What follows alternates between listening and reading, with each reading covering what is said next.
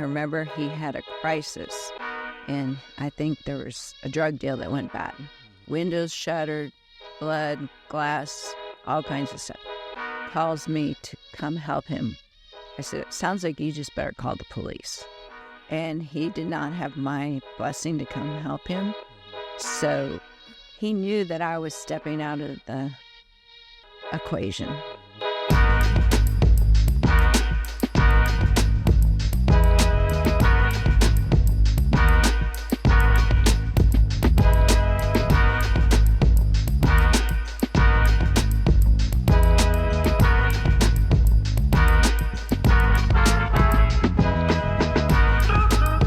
This is the I Am Redemption podcast, and today not only do I have a very special guest, but this is a very special episode. I would like to introduce Miss Beth Cunningham. She's a very good close friend of mine. We got acquainted probably a little bit over a year ago, and we worked closely since then. We have done some interventions, and we've worked with families who have kids or other family members who are suffering from addiction. And this episode's important to me because it's the first time I've had a whole bunch of addicts come on and tell about their story and their redemption stories and all that. You were the first guest that I've had come on that's able to share the other side of the coin and what it's like for the families. You know that from firsthand. We both know that from working with other families. But I can remember me personally when I was getting sober. My mother, she's an academic type person, and she always wanted there to be like a book she could read or this. She wasn't really big on wanting to go to Al-Anon or anything, and so there was never any answers for families, and I didn't never understand that until I watched her go through that. So without further ado, I'd like to introduce Miss Beth Cunningham. If you want to tell everybody a little bit about yourself and what got you here today. Thank you, Sean, for having me. What brought me here today is you, but I am a mother, and I am a mother of an addict. I'm also a wife. I have been blessed with 4 children. My second child was a boy who was an active little guy and very happy little boy. And somewhere around the age of 13, 14, 15, started adolescence, started raising a little red flags, getting a little mischievous, less transparent, honest, just distancing himself from the family. At first, I was just typical adolescent behavior. It was when he started high school. I believe it was his sophomore year. My oldest was in college, and I had one in middle school and one in elementary school. So I had 4 different schools, and we were just kind of watching the adolescents transpire as far as behaviors. Having a girl first was different, very involved in activities, as well as our son. He played basketball, loved to play football, did basketball in high school. It was his primary sport. But a lot of... Sounds like you're telling my story right now. Well, he was, like I said, very happy, good at school.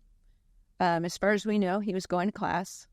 It wasn't until, I guess, middle of sophomore year where we realized that he was really withdrawing from the family and kind of getting a little more secretive. Mm-hmm. And so at first we just, like I said, we kept thinking it was adolescence, but then I started smelling things. Like, I was not raised in a family with addiction, and I didn't really know what I had heard of AA, but I'd never really been to an AA or known anybody personally that I didn't really ever connect those dots. Right. And nor did my husband. We had been married for many years. Like I said, we had 4 children at this point. Our oldest was probably 18, 19, and so he was about 16. And so I remember getting in the car we had a Suburban on a Sunday morning, and saying, "This car smells like weed." Mm-hmm. And I immediately my husband's like, "What?" He didn't know what weed smelled like. Oh, okay. This is back before things like that were becoming legal. Right. So I was, of course, very dubious about who. I knew that it was our son because the other one was in middle school. And so I was like, "So who was in the car last night? What were you doing? Where were you?" So that was kind of the very first red flag, I believe. And then shortly after that, it just took off. He was not showing up to class. His grades were dropping. And we were discussing possibly looking at him going to get some help because we were in therapy. He was in therapy. We were not communicating. We were not getting along. And his relationships with us, his siblings, and his selection of friends was very questionable. You know, about how old was he at this time? I'd say 16, almost, probably 16 and a half, 17. And I can, just going back to me being 16, 17 years old, thinking about how difficult it is to be that age and finding your place in the world and school and all that stuff. Then you start dumping substances. You know, that's about the time when I kind of lost my basketball career. And the first people I went to were the party people. It was easy to get accepted to that. But when you start dumping, you know, addiction talk and stuff like that at an early age, I can only imagine how tough that was, especially for a mother, because I'm sure it's instinctively against everything in your soul to think that your son could be doing that, like, right? Well, realistically, we basically, of course, as parents, we talked about how drugs are bad for you. Right. Alcohol is when you drink early in life before the maturation of the brain and all that, it can be more detrimental. So we definitely discussed those things. And, of course, there were educational classes in their schools about the misuse and abuse of alcohol. So it was probably March of 2009 when we were planning to talk to a treatment center, and I'd heard that the best approach should be minimal of 90 days. And also was told that because he was 6 months at this point, by the time we really got down to agreeing that he needed to get help, because therapy wasn't working, psychiatry wasn't working, medication wasn't working, because, you know, we thought maybe it was hormone imbalance and all those things. But as you know, you put adolescent changes and medication and then substance abuse, you've got a whole, it's just, you're all over the map. You don't even know what you're treating at that point. Exactly. So he was arrested at school. And at school, on campus, for having, had pills in his pocket, were not prescribed drugs to him, and so he was given a felony. And so that day... Nothing like a felony at school to boost your street cred. Yeah, and so he really hit the ground running hard. And so that just brought him down really fast. And so the gig was up. We didn't even have a discussion with the treatment center. We just said, send us the paperwork. We'll have them there first thing in the morning. And back then in 2009, there was not a whole lot of treatment for adolescents in the Austin, Texas area. So we were a good 4 hours away from treatment. You know, we had other children, and we spent weekends driving back and forth. I can safely say he was very unhappy with us. He thought we had just ruined his whole life, not to mention how much he had destroyed our situation and circumstances. And as you talk about the humility and the embarrassment and the feeling of failure as a parent was detrimental. You constantly ask yourself, what did I do wrong? And you do that for a long, long time. But it was about 2009 when I went to the treatment center. The very first day, we asked to meet with the psychiatrist. She happened to be on campus, and she looked at me. And mind you, this had been going on for about a year and a half. And my husband and I didn't necessarily agree how to get to this place, but we were forced by the arrest. And she looked at me and said, you didn't cause this, you can't cure it, and you can't control it. and you need to go to an Al-Anon meeting. Is that as a mother, is it hard for you to accept that answer? Well, I was not convinced that those words were accurate yet. Right. So at that point, I basically I was broken. I looked at her, and I'd never heard those words before, and I'd never heard of Al-Anon. Mm. So I was kind of, just lost. And I just held on to that, though, that I didn't cause it, can't cure it, can't control it, and went home and kind of looked up what Al-Anon looked like. Mm. I didn't know anything about it. And I remember finding a meeting over at the university church, Presbyterian church near UT, for parents of PADAP. Mm-hmm. And going to that meeting. What is PADAP? I knew you were going to ask me this. I'll have to get back to you what it stands for. Right. Parents of something about addicts, but anyway, gotcha. So for teens. All right. But anyway, so we went, and I pretty much cried through every meeting for months. Mm-hmm. And because I felt like I had failed my child, I had failed my other children. My marriage was struggling because we were both hurting, but we were both processing it differently.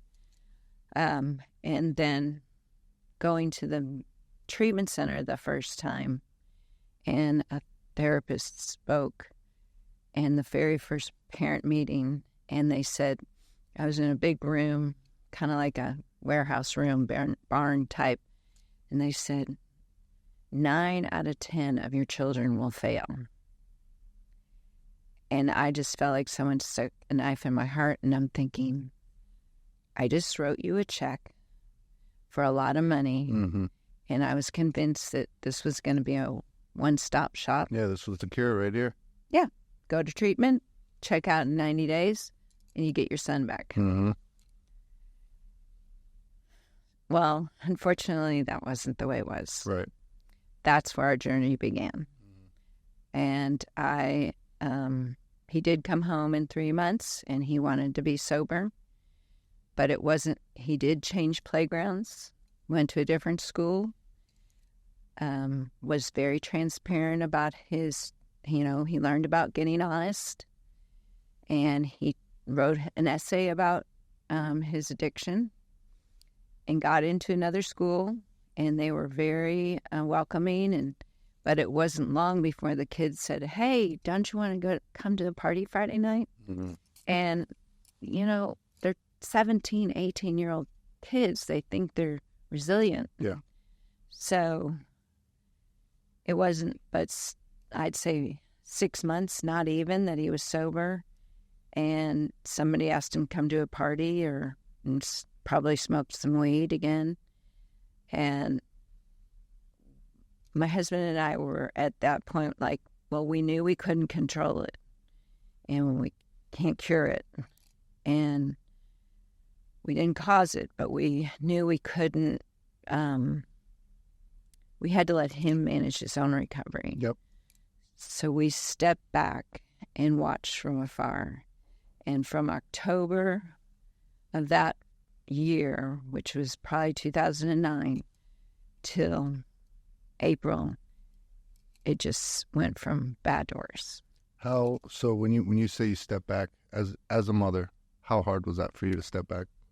Extremely. But I was learning about Al-Anon and learning, we were, mind you, he was a senior in high school, so we're debating whether he's going to even be able to go to college, because we figured it's better for us to see this now than to send him off to college and pray that he makes things work. Right.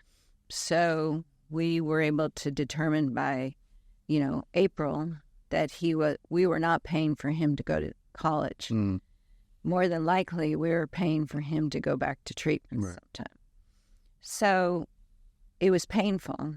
We had to put, locks on upper sash windows, sleep with the purse in the bedroom, all those things that parents of addicts do.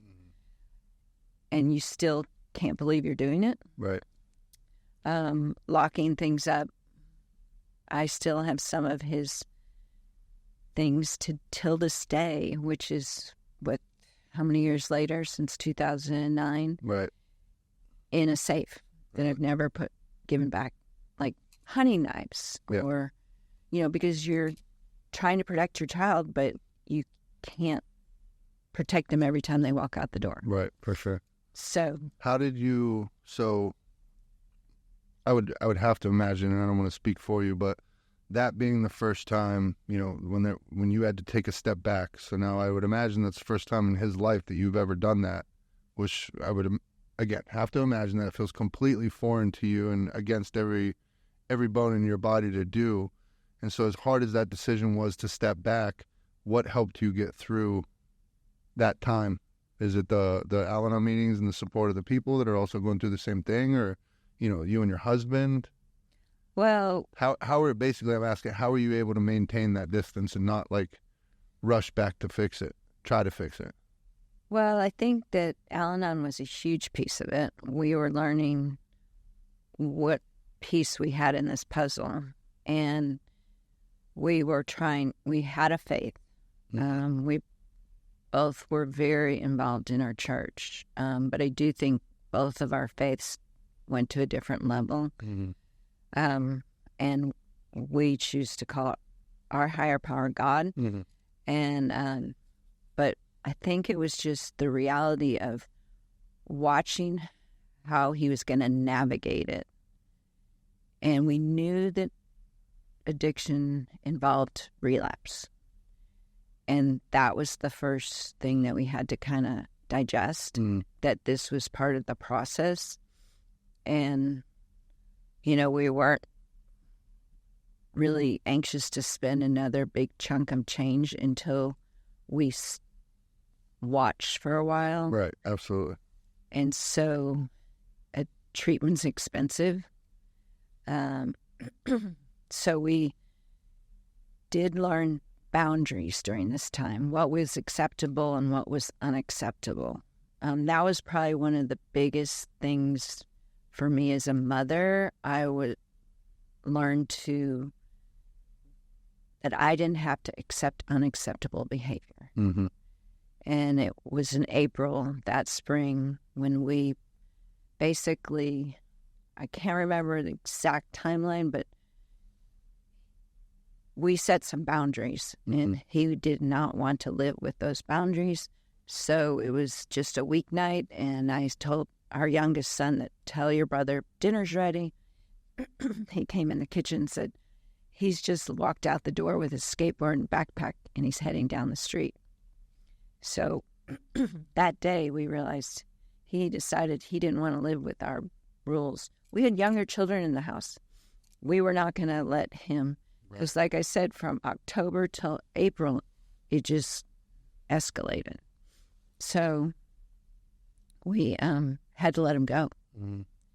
And it was very, very difficult. But at the same time, I learned in Al-Anon that once you set a boundary, you can't retract that boundary with an addict.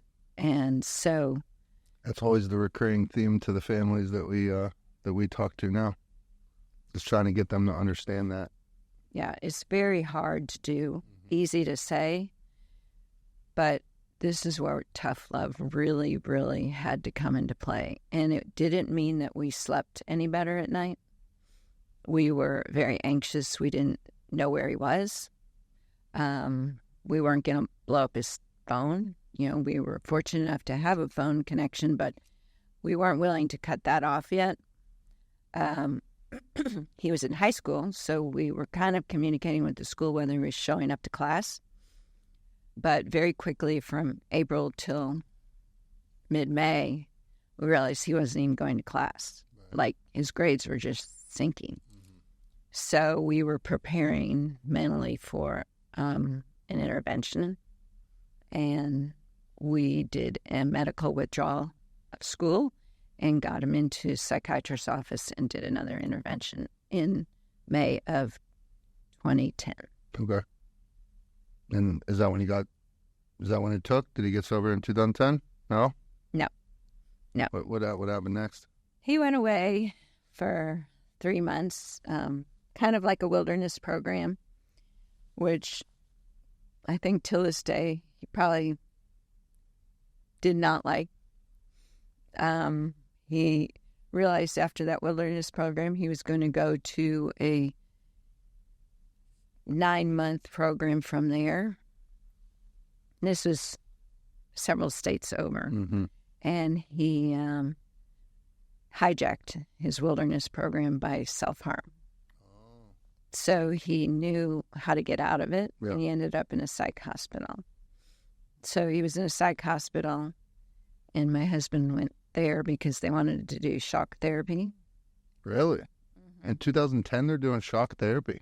Yep, but they didn't do it, thank goodness. Right. He begged him not to sign any papers. So we got there, got him to another treatment center in the same state, and then he hijacked that one and threatened suicide again.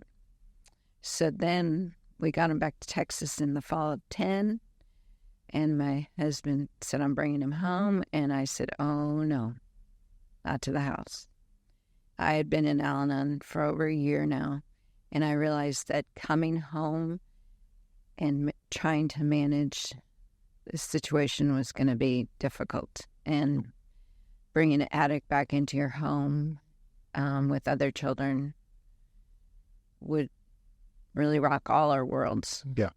So. And now, Ed, if you don't mind me asking, at this time, is it still weed and pills, or had he graduated onto other things? You know, that's a good question at that point.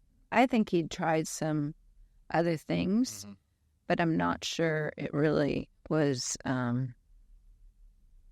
that severe yet. Gotcha. But he was definitely revving it up. On his way, yeah. Yeah. So that was 10, and my husband just asked me one request, and he said, will you please get him out of high school? So we had made a deal when we left the school with a medical emergency in May that they would give him his finals if he was ready for them, because it was really right at finals time. So they granted us that wish, which was nice. We got some tutors. He got his finals taken.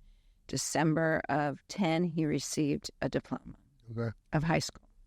So then he wanted to get a job, and of January of 11, things got very dicey. But he was going to take some classes at ACC, and from there, it just, it escalated it to the next level. And so that went for a while, and it really was, the situation got worse and worse. Mm-hmm. And I guess by summer of 11 was when he was pretty he had really revved it up to IV use and heroin. Mm-hmm. And so he wanted to get out in Austin. He thought getting out of Austin was the thing to do. And we offered him a sober house, but we weren't going back to treatment at this point. And so he went to another city, lived in sober living, and that just got worse. Didn't work. So all I can say is along the way, I continued my Al-Anon. I went from not wanting to be in a club with people I didn't know to wanting to be there every single day. Mm-hmm. And I started immersing myself into the recovery community. I was seeking every opportunity to get involved, meeting people. I went to open AA meetings. I wanted to do something. I had to do something with the pain that I was suffering from. Right. Failure, regret, fear, anger, everything that you can imagine was just loaded in bricks on my backpack. Yeah. Everything you're saying right now, when the documentary came out, that was the first time I ever got to see my mom, my sister, my stepdad, anybody in my family say what they were going through too. In my mind as the addict, I thought once I got sober and had a little bit of sobriety time up under my belt, I thought everything just, oh, we're good. Everything's good. And I had no idea the path to recovery that y'all go through as the family. And sometimes that even takes longer for y'all than it does for us. And so, you know, the families we work with, or hearing you say that you set that boundary, I think that's what falls short on families is understanding, like you said earlier, you're not gonna be able to cure him. This treatment might not cure him. Like, he's on his own journey at this point. And I have to imagine, as a mother or father, it's near impossible to take that answer as that being, the case. But that was the best thing that ever happened to me. When my mom and family drew that line, stopped answering the phone, stopped giving me any type of means for anything. It didn't matter if I was starving and they weren't going to buy me $1 burger. You got to figure it out. That was the best thing that ever happened for me. It's hard when I'm talking to families. I say in my own personal experience, that's what's truly helped me. But I never want to tell a family that, like, hey, you got to cut the cord. He's on his own journey. He's got to figure it out. All you could do at this point is make sure you're okay, make sure your family that's still intact is okay, and doing all that stuff. Because it's hard for me to say that, because if I say that and they draw that line in the sand, and then next thing you know, the son or daughter, whoever, goes off and ODs, kills himself, you know what I mean? Now it's like, well, you told me to do that. It's like, so all I could say is that's what worked for me. That's what I needed, because as long as mom, dad, or anybody else was going to bend, break, or fold and allow me to get my way in any way, shape, or form, I was using those means to get high every single time. And then when all those means were taken away, then I'm sitting alone in a prison cell trying to look at myself in a generic mirror that you can't even really see your reflection. Like, what have I done to my life? Like, that was what I needed to be in to truly understand. So, I think that the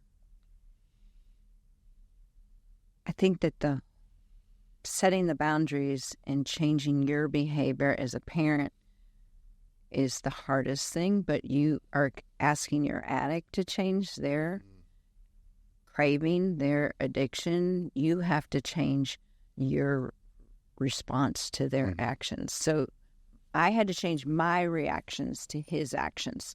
So I remember there was one very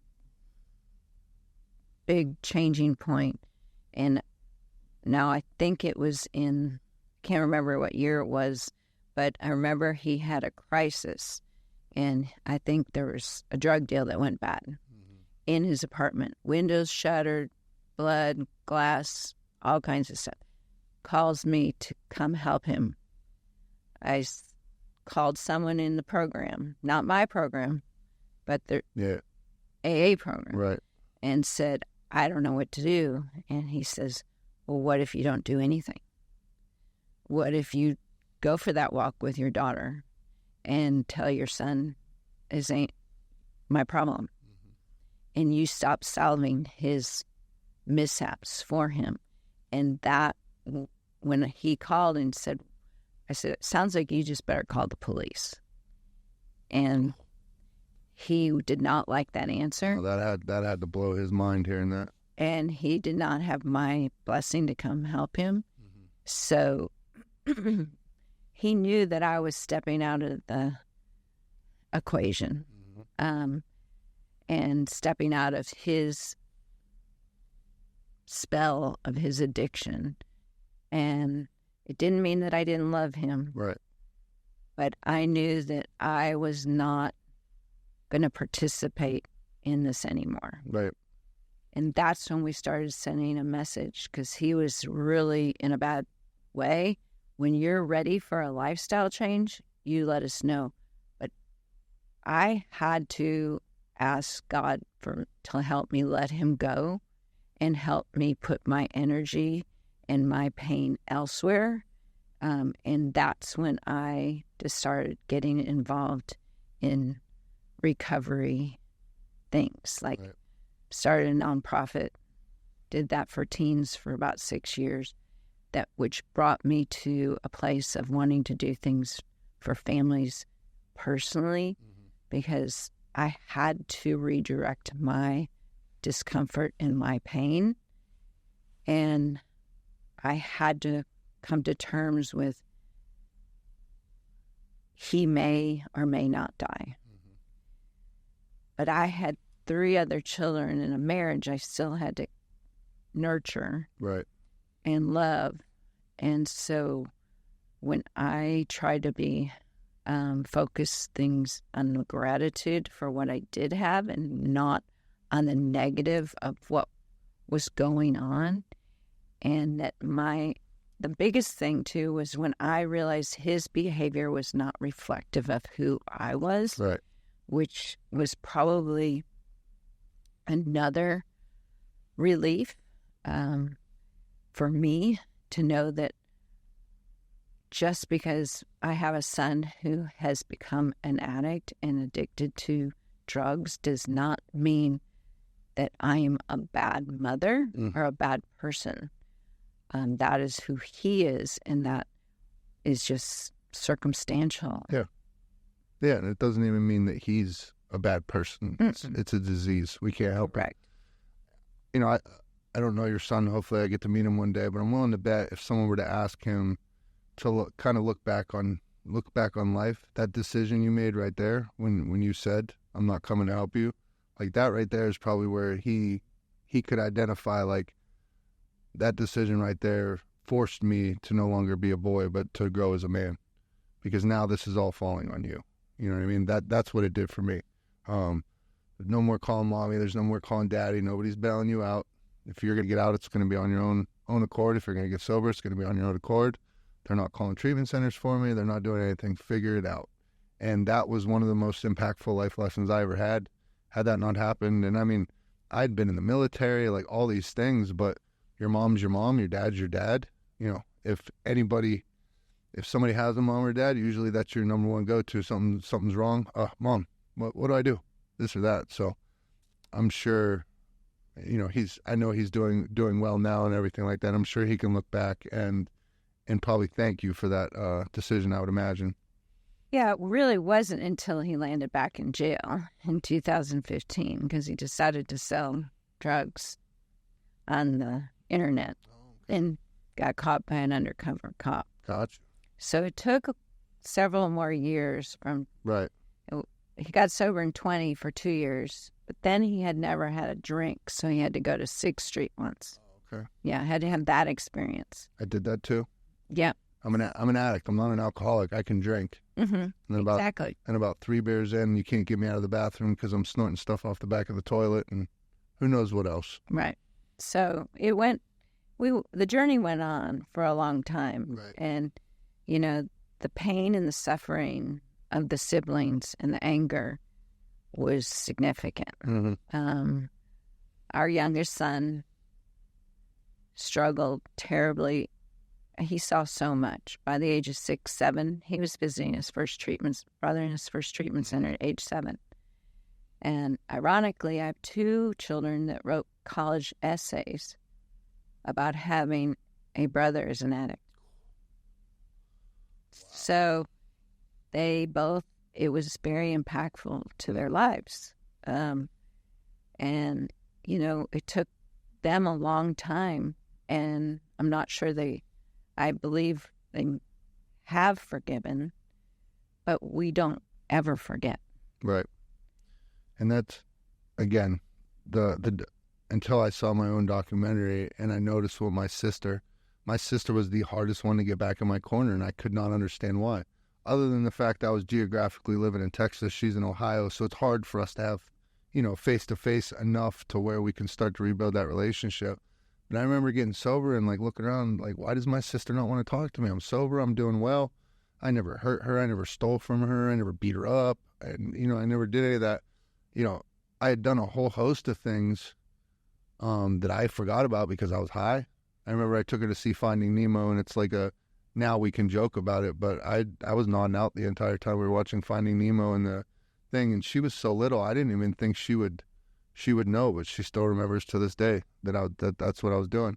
So then when I started getting in trouble and she sees me all tattooed, she sees me when I talk, I'm talking like a gangster and all this stuff. So she started associating me with all the people she sees on prison shows on TV. That's what my brother is. That's not who I was, but I mean, that's where I put myself, and I wanted to play the part, and I did. And And so I remember getting my sister back was the most difficult thing, and I could not wrap my head around it because did I do stuff to my mom? Absolutely. Stepdad, yeah, like emotionally, financially, all those things.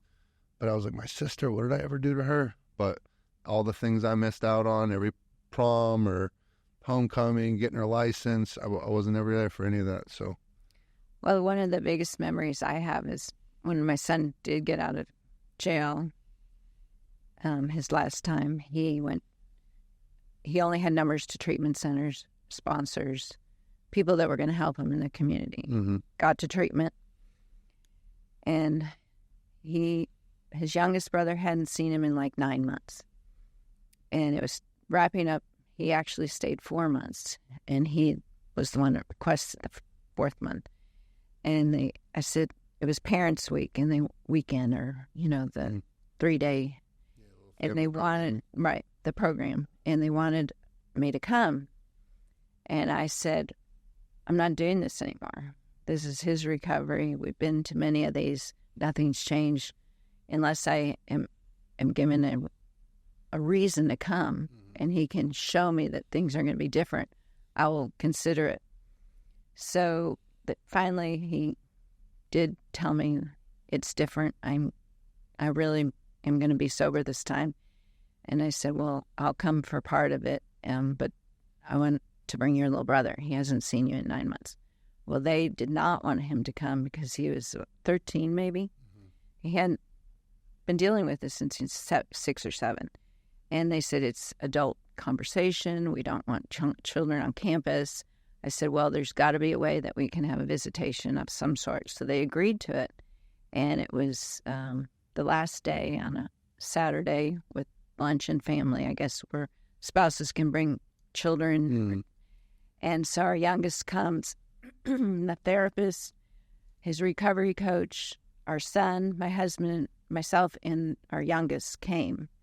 And they put us in a room to have a conversation about where our son is, Kevin is at this point, and how he's doing. And, they kind of tried to break, the ice with our youngest and talk to him about, do you know why your brother's here? Do you understand addiction, what recovery is and addiction and all that? And so my son, who was 13, was sitting there and he was, nodding his head. And the therapist said, I want you to look at your brother and tell your brother, meaning the addict, what you need from him. Mm-hmm. And our youngest, 13, looks at him, and at this point his ears turn red. Then the tears start rolling down his face. And he looks at his brother and he says, I just need my friends to know that I have a brother. So that was out of the mouth of a child. Mm-hmm. And the therapist, I think, was so stunned that he said, Kevin, do you hear what your brother needs? And he said, yes. And he said, what's your response? He says, I promise I'll make it right. And I could feel my whole body shaking. It was a very honest transparency for our youngest. And I just couldn't believe it because, he'd watched so much, seen so much, police coming to our house, him taken out by police many times. There was so much chaos in those 7 years of his young formative years that it's a miracle that he and his brother have an amazing relationship today. Good. Oof, man, that was a heavy one. How are your other kids doing? Our children are good. At first, my husband used to say we need to help them build back their relationships. And I realized through Al-Anon, that wasn't my job. That had to happen organically. And I do believe that there's still some underlining anger for a couple of them. But I do think that they all really love each other and respect Kevin. He's done an amazing job with his relationships, his participation with family. He is now an uncle to two niece and nephew who he wants to be in their lives. They are crazy about him. He too has tattoos and is very, has a different approach and view of life. Mm-hmm. But I truly believe that we all respect each other, and it has opened my eyes, and I've grown so much by his disease, and I have learned so much, and I truly am grateful. As difficult and as crazy as that sounds, I am grateful that this disease came in our family. I feel like we've all grown. Mm-hmm. We've all experienced challenges that we would have never experienced. His disease has helped us open our eyes and find a deeper meaning to life and our relationship with God. Right. Yeah. It's in many ways addiction, it sounds crazy to say, but it's one of the best things that's ever happened to me because it's made me who I am today. I say it all the time. And what it's done for you and I both now has given us the unique opportunity to be able to help people that are still suffering. So when did you make I think you spoke on it briefly a little bit, and I know we talked before, but you were saying basically you just kind of naturally started, once you made it through all that, you naturally started falling in and helping families of people that you knew where they had kids or whoever, other family members suffering, and then now that's turned into what you do today, right?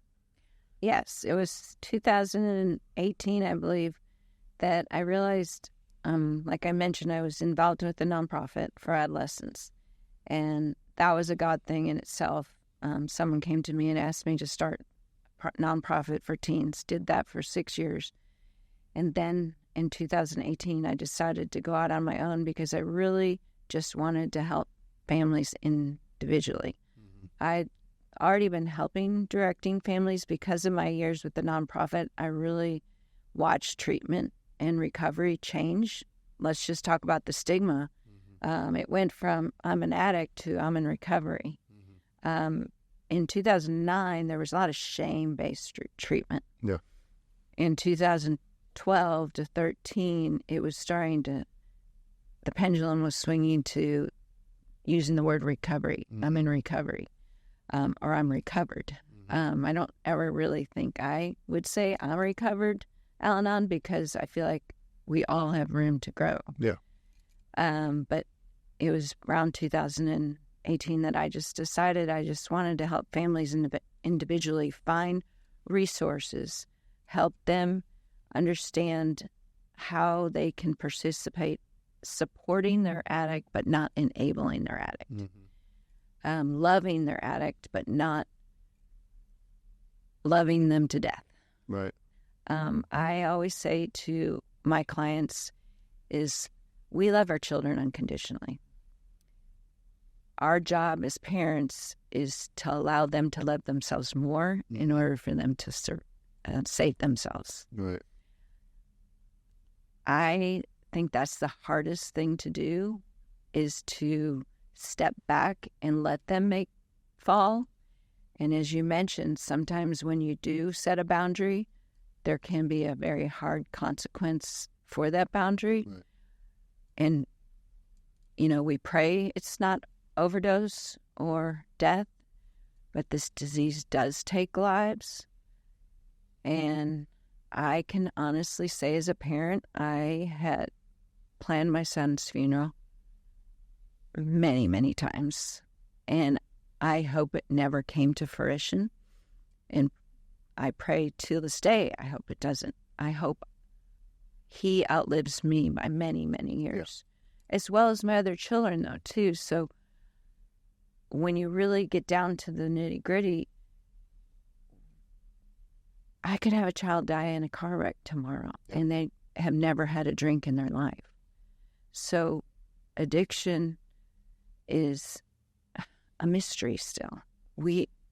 I'm not in the room with my son when he was using or abusing. So I just wanted to help families. So it kind of happened organically. I told a few people that I was doing it. I've never advertised. I am word of mouth. I have a web page, but it's really grown. I have helped people from California to Florida to Missouri to New York, New Jersey, and it happens when it's supposed to. God keeps me as busy as He thinks I need to be. As He sees fit. Well, and I'm blessed with grandchildren. I have an aging mother. I have a big family, so I balance a lot of hats. And you do every time I call you or we're talking on the phone, you're going to some other state, you're going to on some trip, some party, some birthday, something like that. You're always going. Busy life. Fortunate to have a little bit of balance, though. All right. What would you say when now working with families? What's the biggest obstacle that you face? I still think the biggest obstacle is, as parents, we think that once we get our addict to treatment, that it's done. We're good. We got it in there. That's all we need. Yeah. That's the biggest obstacle, and that they don't think they need to do anything. Mm-hmm. And shame on me, I was the same. I said it earlier that once he went to treatment, I thought it was a one and done. I think that's the biggest obstacle, that it's a lifelong disease. I know many people that were sober 10 years and went back out, right, as you will do. Mm-hmm. People that have sober 20 years and overdose. Mm-hmm. So it's not something we can just file and check the box. Right. I think it's an ongoing work. Yeah. I sometimes work with families for a year. I try to help support them. As you talked about, when you got sober, you thought your relationships with your parents and your sister and everything would be good to go. We don't know how to talk to addicts when they're sober. Mm-hmm. We don't know what to say. We're afraid we're going to trigger them. We don't know what to do. We don't know how to, can they come home for Christmas? Yeah. Can we give them any presents? They go on vacation with us. All kinds of things. Yeah. We are so confused on how to navigate the relationship. And I help families with that, on how to navigate. I'm really conservative in the sense that, this is a journey. This is not a sprint. You're not giving the car back after they get out of treatment 3 months later. Right. Or 30 days later. Yeah. A vehicle is the easiest way for them to get to their next fix. Start slow. Don't give them any money. Yeah. Let them make their own way. It's really, really hard for parents. Matter of fact, sell the vehicle. Offset some of your expenses. Mm-hmm. Yeah. Let them buy their next vehicle. Yeah. I mean, parents, get rid of the apartment. Mm-hmm. Don't pay for their next apartment. Pay for recovery, sober living, or support, but don't pay for, buying them new things. Right. And it's funny, once I started doing work with you and seeing more of that family side, I've watched you lay those parameters out to families, and they immediately come back. Well, if he doesn't have his car, then this, and he's going to need this and all that, and they don't even realize that the addict, or like someone like me, has conditioned you to be like that. I've made you now think that I can't survive without this car. I have to have this. I have to have that, or if not, I'm going to relapse and all that. And it's like this big guilty thing. Every family that I talk to, they always unanimously, and I'm sure the calls you get, they want to tell like the entire addiction story. They want to give me every play-by-play of something the addict's ever done, and not to make light of anything that's happened in their story, but the stories are all the same. Same song, different dance. And But families don't understand that because they think because there's such a stigma around addiction and stuff like that, for whatever reason, they think like they're one of the only people to have ever gone through this. Yeah. And I mean, take a look around. I guarantee you're going to see multiple people just standing around you that are either going through the same thing or have gone through the same thing. It's so common. And so, you know, being a mother, being a father, I have to imagine it's hard to take feedback from an outside source like you or me on their child that they've been raising all their lives. But we've been here before. I know from the addict, there's nothing I can't tell you about the addict side of the coin. Nothing you can't tell them from the family side of the coin, stuff like that. Same song, same dance, same story, same goals. We're trying to get them to treatment. This is a long road. It's a marathon, not a sprint. Yeah. And just getting people to understand, no, they can't have the car. No, don't give them money. Like this, that, or the other thing. I always said that a treatment center or a recovery program, and I've started it, but I haven't implemented it, a do's and don'ts list. Mm-hmm. When your addict gets out of treatment, here are the do's and here are the don'ts. Mm-hmm. I've had this conversation with some other guys that work in the treatment field, but I really do think there should be a cheat sheet. Right. And some really hard lines that are pretty obvious. A vehicle, money in their pocket. But I hear it all the time. Well, how are they going to get a job if they don't have a car? Well, I don't know about you, but I lived in a family that not everyone had a car. Yeah, right. And if you want a job and you want money in your pocket, you don't need to have a car. Right. My son was on an ankle monitor. He didn't have a car. He also didn't have a car when he got out of treatment the first or second time. I sold his car so fast your head spun. Right.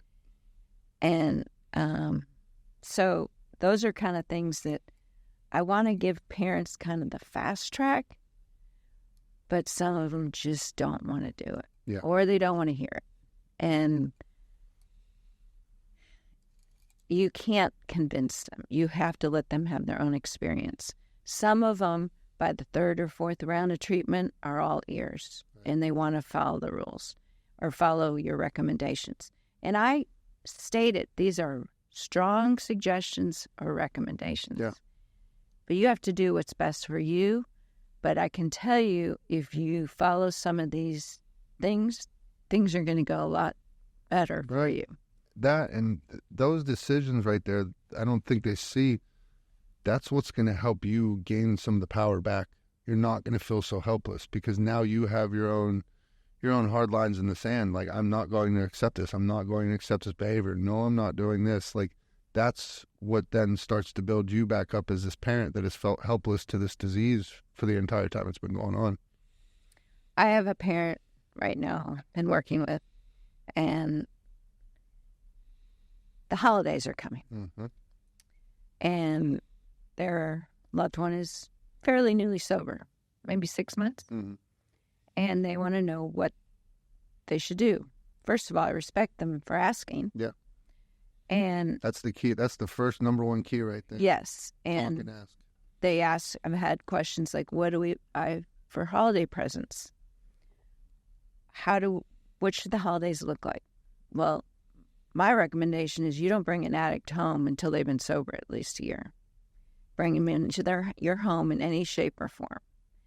I suggest going to a restaurant, going to, someplace else for a holiday meal, but not back in the family fold. Mm-hmm. Because you don't know if Aunt Susie is going to say, oh, here, just have a glass of champagne, or Uncle Jimmy.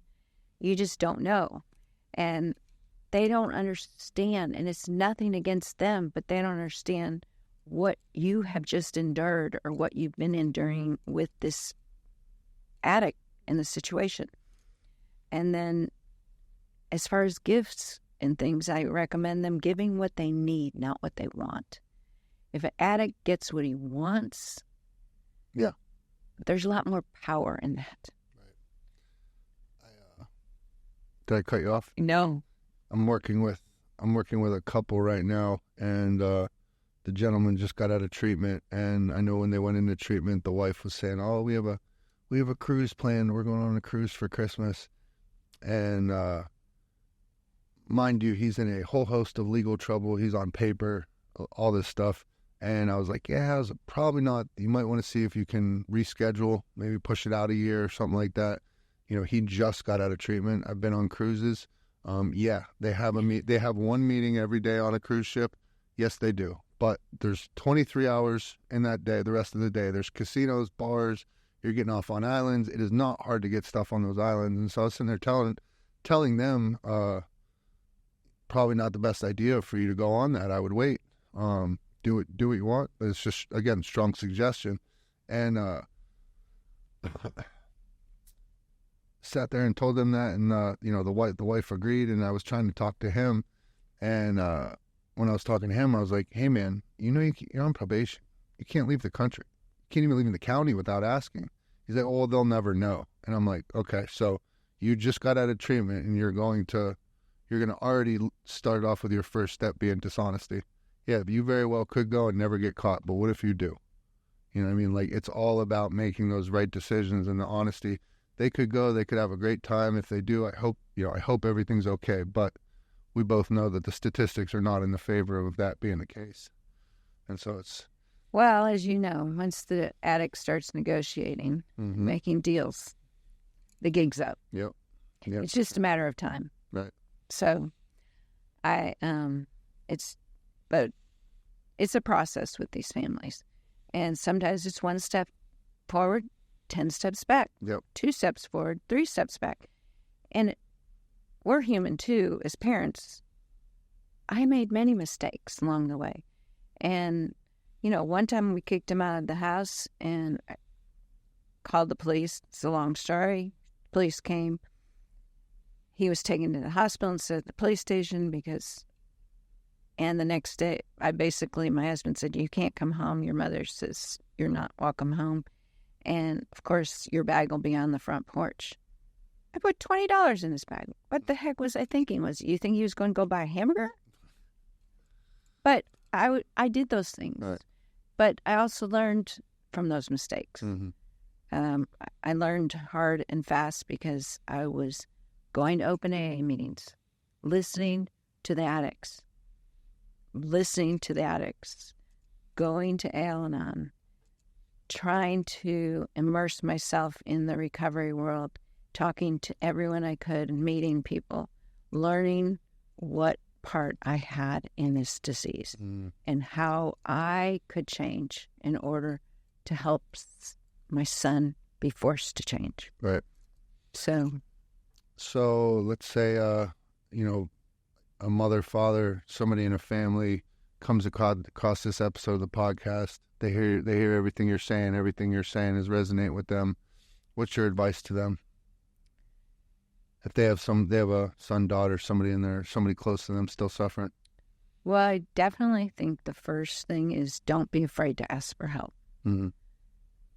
I think as parents, when we feel that we aren't successful at raising our children, our loved ones, that we have a fear or feel failure if we can't do it ourselves. Asking for help or seeking help is a huge first step. Finding an Al-Anon meeting, going to the rooms, just sitting and listening. You don't have to speak. Yeah. Learning what the disease looks like. It's cunning. It's baffling. It absolutely makes you as crazy, if not crazier than the addict, because you are negotiating almost with yourself in your own head. Am I crazy? Is this person really doing this? Are they? So you can't put your finger on it. Addicts are so smart. So they hide things. They lie. They tell you what you want to hear. They make promises. Oh, I won't do this again. Right, and we've been living with you all of our lives, so I know every button to push, I know everything to say, I know every soft spot, I know how to get my way. They're very charming. Yeah. And so I would tell parents to seek help, find somebody And don't be afraid to talk to a good friend, because sometimes when you get honest and transparent with somebody you feel safe with, they might say, oh my gosh, my mom was an addict. Mm-hmm. Or, oh my gosh, I had a brother that was an addict. And then it opens a window of conversation. Yeah. The number one, I can't. You had asked me to come the one time and speak at the Al-Anon meeting. I was, in all honesty, I was not prepared for how heavy the meeting would be. It was so much heavier for me to be around families than just the addicts. You know what I mean? I'm used to dealing with addicts every day, but to go to the families, and I told my story, and the weight of what people came up to me afterwards and what they were talking about, you know, and watching these families that are still suffering. It was very, very, very heavy for me, but it was very good for me to see. And, you know, if there's somebody listening to this and they're worried about going to a meeting, I want everybody to know that these 12-step meetings, one of the biggest principles that they practice is anonymity. So it doesn't mean that the entire world now knows that your family member has a problem or something like that. Everybody there is thinking the same thing, and everybody is very serious about keeping anonymity and not talking about what's talked about in those meetings, not talking about who is in those meetings. You know, that is a big thing, and I think had my mother known that at the time, she might have been a little bit more comfortable of going into one of the meetings. I think those meetings saved my life. Mm-hmm. It definitely changed my life. I was, like I said, I cried for many, many meetings, and I was humiliated. I was embarrassed. I did not want to be there. I certainly didn't want to see people I knew. Mm-hmm. But when you did have someone walk in those rooms that you knew, you felt like you could be there for them. Mm-hmm. And if you trust your higher power, those rooms will lift your life and change your life. The addict will get better. There's a statistic that says if one person in the family starts to change, there's about an 80% chance that the addict will find recovery. Really? I never heard of that. That's good stuff. Yeah. I did not know that at all. So, but if you think about it, Al-Anon and AA, I mean, they've been around for over 50 years. Mm-hmm. And it's in every country. Yeah. It's nationwide, and you can find a meeting almost anywhere. Mm-hmm. And, you know, fortunate or unfortunate, thanks to COVID, there's a lot of hybrid meetings now. People can get them online. And so, in hearing recovery stories online, recovery.com, recoverystories.com, you can hear from addicts, and you can find the tools you need.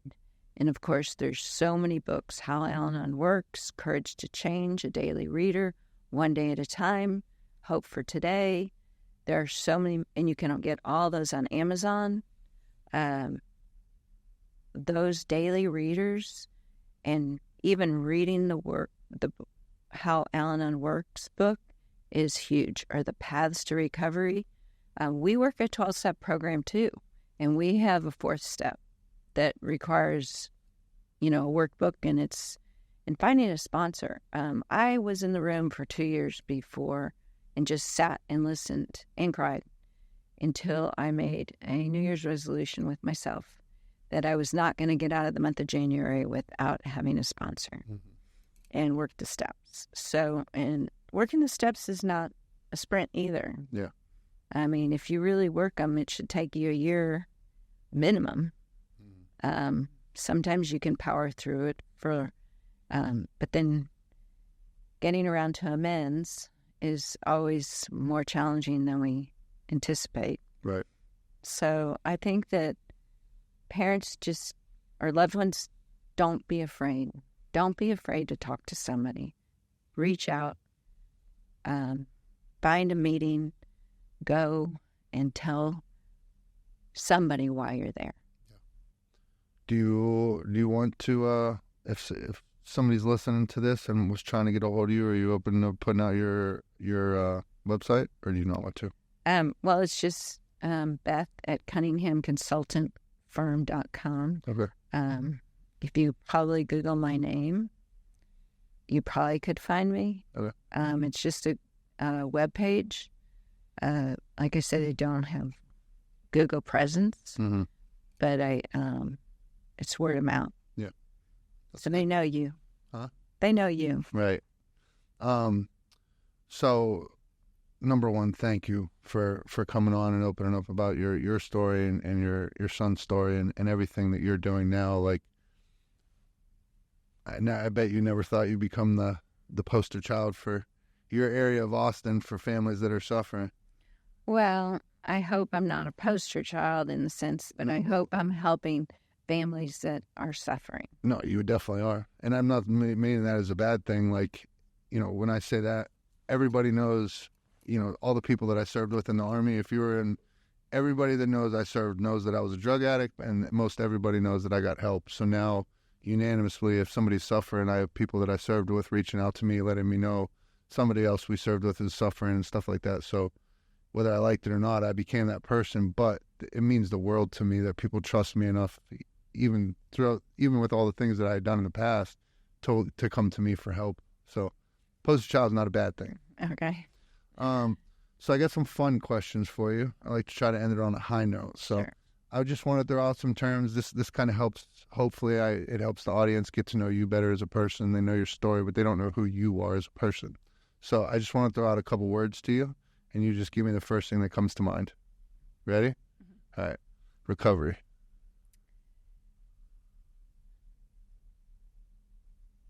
Wellness. Children. Love. God. Hope. United States of America. Grateful. Good one. You could have went so many ways with that one. You're into fitness, correct? Yes. What's your fitness stuff look like? Yeah. Well, in my recovery with my son's addiction, Mm-hmm. When his addiction started, I had been running for about 19 years. Mind you, that's all I did. Mm-hmm. And I suffered some injuries around his early recovery, and it changed my running. Mm-hmm. And today, if it wasn't for my fitness, I probably would not have had the sanity to get through Right. some of his stuff. Running was an escape for a long time. I could not run with noise. I have run by myself since then, pretty much, Mm-hmm. occasionally with my daughter. But I need solitude. Yeah. Like for 2 years, and some parents may know this today and who are suffering or loved ones, because their loved ones, I couldn't ride with the radio on. Mm-hmm. I couldn't tell you new artists. I had to have no noise because I had so much noise in my head. My mom did the same thing.